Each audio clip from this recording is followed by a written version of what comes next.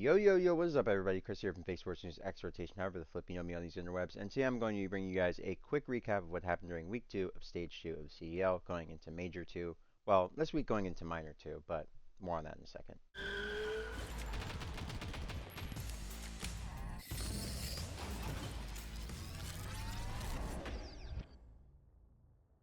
So yeah, hope you guys enjoyed the intro as always. And yeah, so we kick things off with, well, back-to-back-to-back 3-0s to start off Friday. So I'll be honest with you guys, not really going to go super in-depth on stats because there were a lot of 3-0s this weekend.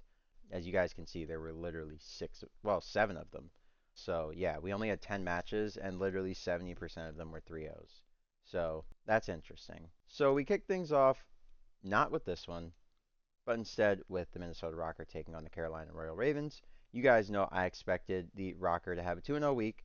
I thought the Ravens would be really no competition for Rokkr in the form that we thought they would be in, but it looks like they really hunkered down and focused like last week going into this, and they seem to have had great practice, so it really translated to the matches that they played, and they looked great this weekend. So they looked to have rebounded, and they look to be the team that we thought they were in the initial part of the season. So quick 3-0 here. Looking at it, 51 kills from Estriel. He went even, but everybody else was in the red on the Rokkr side. So just a rough series from really everybody except for Estriel. And then on the other side, it was a Gwyn takeover. He had a 1.44, and then Slasher was right there with him with a 1.09 to match Vivid's. So yeah, I mean, Ravens just looked good. Map 1, as you guys can see, 250 to 198 on Skyline. Very respectable scoreline, it must be said. Rokkr was not like getting blown out. As you guys can see, the kills were pretty even. But yeah, I mean, Ravens got it done. Map 2, red card, S&D went down to a round 11. But as you guys can see, Ravens were just pretty even across the board. 7 from Gwyn and Tej, and then 6 from Slasher and Vivid. They just 50%. Well, not 50%. 25%. Well, 50%. I mean, you 3-0'd, yeah, that's 200% effort right there. But yeah, 13-6 from Estriel. God, he dropped a bomb, but it wasn't enough to get it done. And 7-6 from Paul. Paul's been turning up, so that's good for the Rokkr. Protocol control, 3-1, pretty dominant from the Ravens. Gwyn was 28-17, Slasher 20-15, TJ 23-23, and Vivid 21-16. So that's that series. The next series, Miami versus LAG. A 3-0. We had Lunars coming in, so Lunars for Priesta. I guess an adjustment period this was for them. Sound like Yoda. But yeah, Miami Heretics, they came out. Metals was back. I guess he's feeling better this week, so happy to see that. And yeah, everybody from that team just dropped a bomb, with the exception of Rancor. He had a .89, so just a little bit behind, but the rest of the boys were shooting. Real had a 1.21, so he was the KD leader for the whole series. Obviously, he was the MVP of the match, as you guys can see down here. And then on the Gentlemates side, Kismet was the kill leader, and he was really the standout for the Gentlemates. And then you can see Skies had 7,800 damage, so he was definitely contributing a lot, and his kills don't reflect what he did on the map in the series.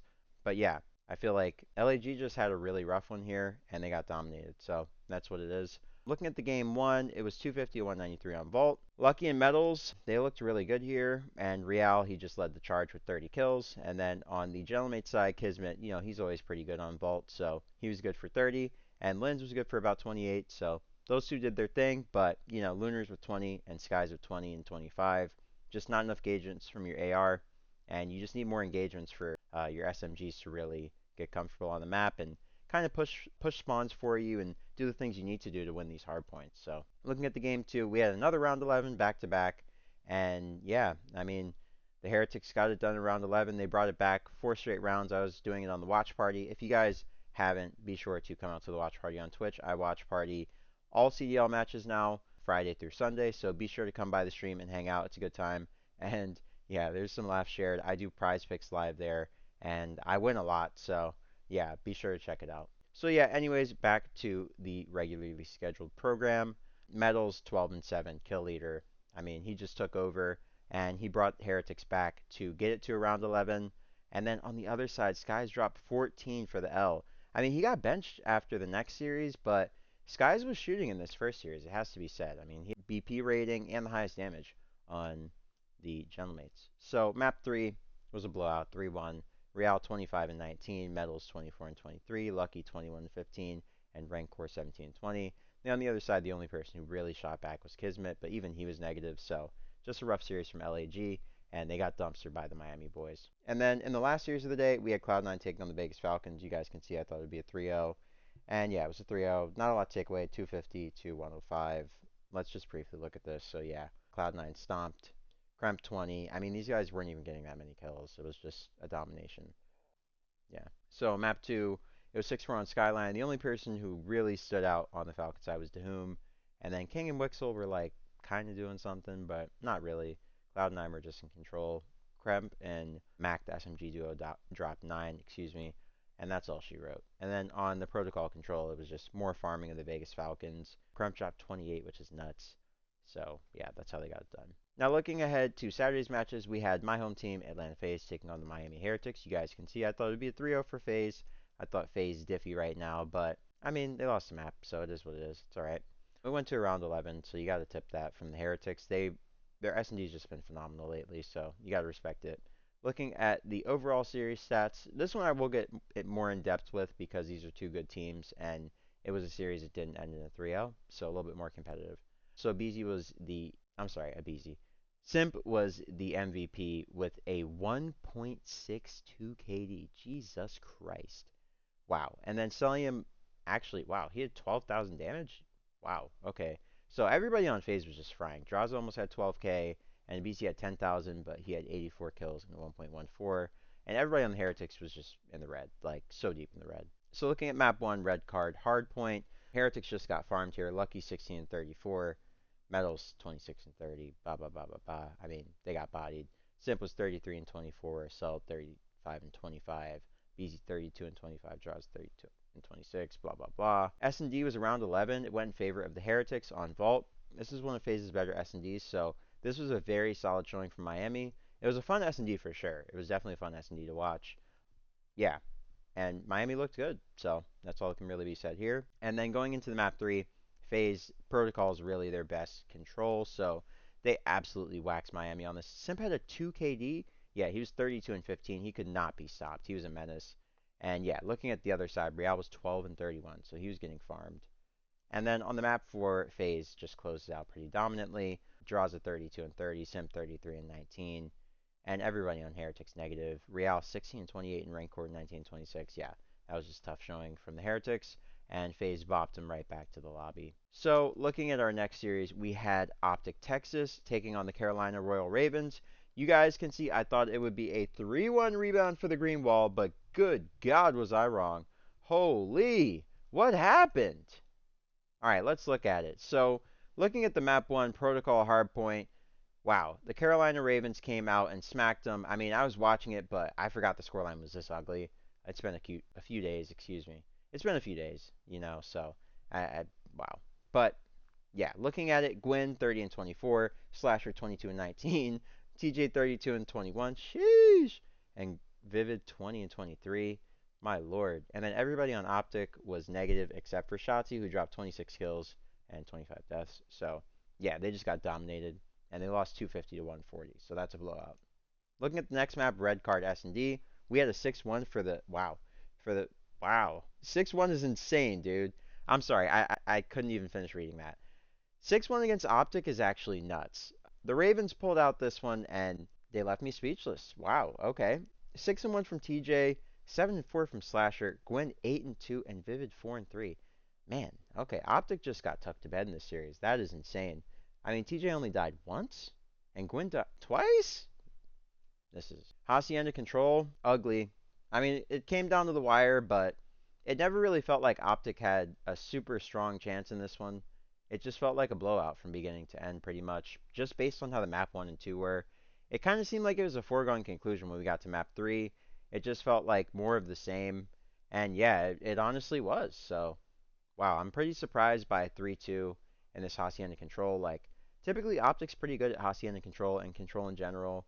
And a lot of times if they go down 2-0, like this is where they rebound in series. So to see them lose here was pretty surprising because they lost to Minnesota a few days prior in a 3-0. So very surprising here to see them get 3-0 again. I mean, going into the minor, I don't know what to think. They play Vegas Falcons. I'm like, what could happen? Because Vegas Falcons almost beat Optic on Vault HP at one point. I'm like, the scenes could be crazy. Their S&D's pretty solid on Vegas. Their control's pretty solid. I'm like, an upset might be brewing. I don't know if the community has their noses open.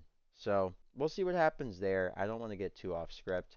I think I am going to book the Vegas Falcons upset and live or die by it. I'm honestly going to do it. Why not? So looking at the next matchup, we had the Vancouver Surge taking on the LA Gorillas mates. You guys can see I thought it would be a 3-2. I thought it would go down to the wire. But it was a 3-1 in favor of the Vancouver Surge and Neptune.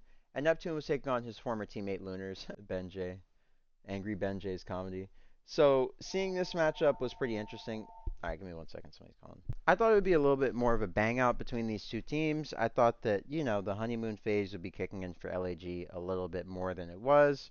But I guess the Vancouver Surge are the real deal. I mean, Neptune has looked really good in both the series that he's played. Obviously, he got match MVP with 71 out of 71 votes, which is insane. Unanimous match MVP. He had a 1.31. 114 kills is crazy in a 3-1. So let's look at it. I think he dropped 38 on map 1. 42! Oh my god! Yeah, well, he gets outdone. Spoiler alert, he gets outdone on red card later in the weekend by someone named Joe Deceives. So, just know that. Looking at it though, wow. I mean, no one was even close to matching Neptune's pace. The closest person was Lunars with 32, which is actually pretty impressive since he's an AR. And then you see Skies with 21 and 32, so he really struggled considering there are clearly a lot of kills on the map. I mean, everybody else had close to 30 with the exception of Abuza, who was on 25. But yeah, Neptune on 42 is absolutely nuts. Looking at map 2, we had another round 11. How many round 11s in a row did we have? Falcons broke the streak. No, Optic broke the streak. Because we had it reset by Faze versus Miami, and then Optic, of course, Optic broke it at this point. Yeah, so no streak. Forget it. We just had quite a few this weekend. We had 4, counting this one, so up to this point. Looking at this protocol S&D, though, you can see that it was pretty even across the board. I mean, there wasn't a single player below 8 kills in the lobby. Well, Skies was below 8 kills. He had 7. But there wasn't a single player below 7 kills, which is pretty impressive. Everybody just did their 25% across the lobby, which is actually incredible. You rarely see this in S&D where everyone's pretty much on even kills. So, yeah, I really like this game. It was very even, back and forth, and it was just a fun one to watch. So if you missed it, please be sure to go watch it. I think I'm just going to post my full VODs on Twitch so you guys can just go back and watch parties, the watch parties that I do. But yeah. So looking at map 3, we had Vault Control, which went 3-1 in favor of the Gorillas. And yeah, I mean, honestly, it was the Lunars show. He had 28. Well, Lunars and Kismet show. Kismet had 31. Lunars had 28. And then on the opposite side, you had Neptune with 34. And the rest of the boys just struggling to get kills. So yeah, if you have Nasty on a .56, and we thought Nasty was like gross last week, then I don't know. I mean, but Nasty rebounded. He had 1.5, and he was the leader on Vancouver in the next map. So I don't know. I guess just a rough showing from him on Vault. He's usually pretty good on Vault, so I don't know what that's all about. And looking at the LAG side, the kill leader was Linz. He had 30 kills, but 30 kills were not enough to get it done on Protocol against a team that is as good as the Vancouver Surge is right now. And that's how they close out the series. So yeah. Oops, I forgot to leave that match page open. So looking ahead to our next series, we had the Boston Breach taking on the Toronto Ultra. As you guys can see, I thought it would be a 3-2 in favor of the Squirrels, and it was.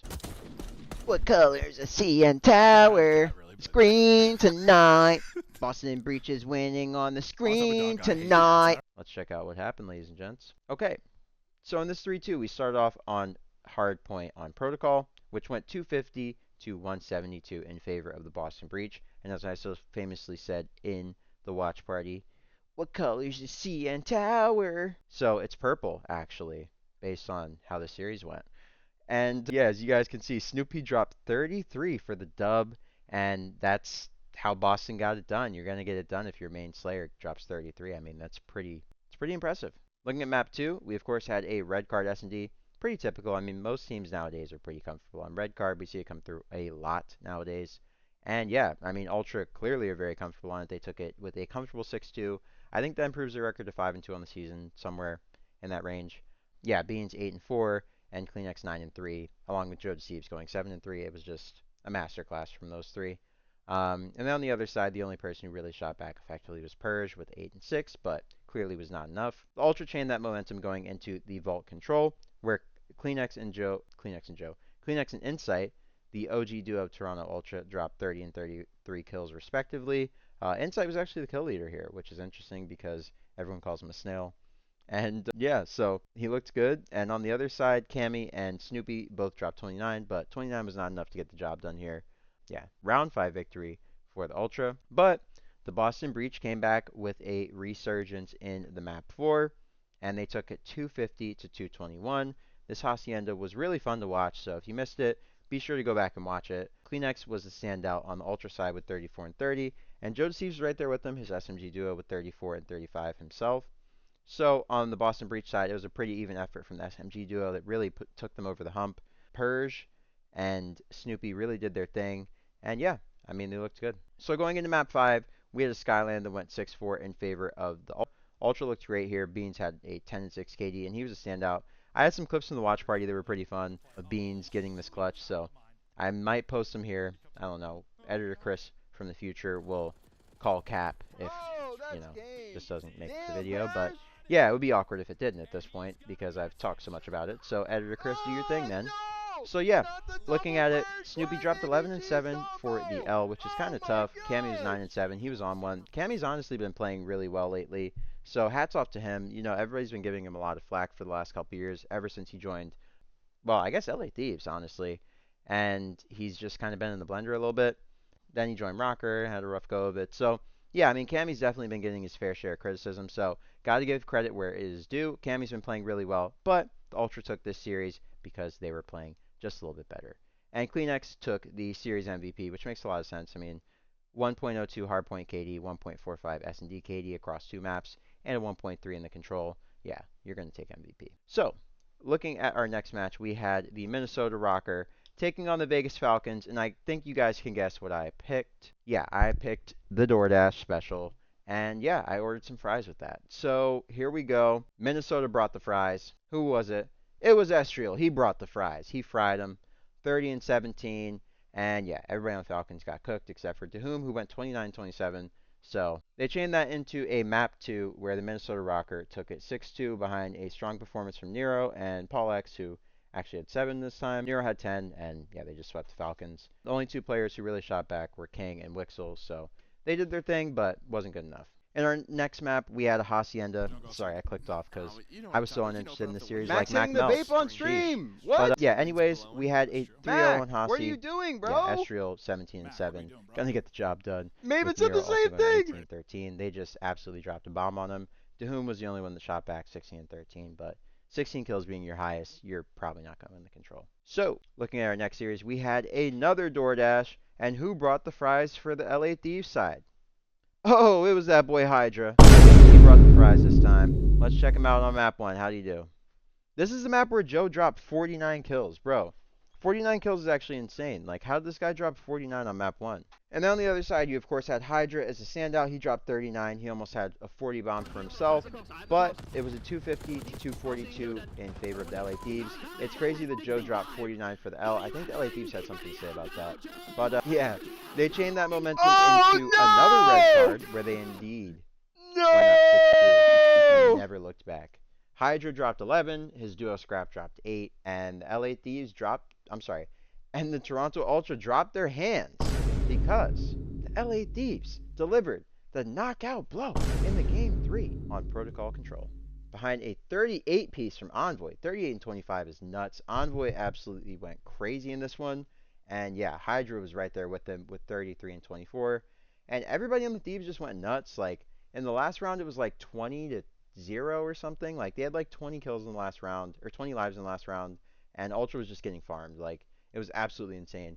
So yeah, I mean, they looked great. The LA Thieves, honestly, this was supposed to be like a really competitive series between former teammates, Kleenex, Scrap, and Envoy, and Insight, former teammates, and then you have Joe Deceives, and of course Ghosty, who were former teammates on LA Thieves last year. So the storylines were supposed to be interesting, but the match kind of fell flat. The energy just, I guess, wasn't there. Then in our last series of the weekend, speaking of energy falling flat, the Boston Breach's energy from this weekend completely fell off a cliff. I mean, look at this. Attach 43 and 28, Kremp 50 and 31, Mac 40 and 31, and Sib 51 and 27. And on the other side, you had Snoopy 32 and 44, Purse 31 and 49, Wake 30 and 43, and Cammy 24 and 48. My God, these guys got tucked to bed. Good night. So looking at the map one, we of course had a really even effort from the Cloud9 boys. Sib was a standout with 30 kills, and Attach and Kremp both had 26. So yeah, they just farmed them. It was 250 to 148. And then on the Vault, S&D, my God, this was just a dominant series from Cloud9. Wow. I thought they were not an online team, bro. What happened? They're an online team now? Did they move? All right, whatever. Attach was 8 and 3. Mac was 9 and 2. I mean, that's all she wrote. Wow. Purge was the only one shooting back 6 and 6. Boston just got cooked this weekend, dude. I mean, look at the map 3. Krem 20 and 7. Mac 11 and 9. Sib 17 and 7. And that's how we ended the weekend. That's not a cute way to end the weekend, man. That's an ugly way to end the weekend, for sure. I mean, that's not good looking. Not at all. So, I mean, wow. We just had a very interesting weekend. Our Sunday was all 3-0s. Our Friday was all 3-0s.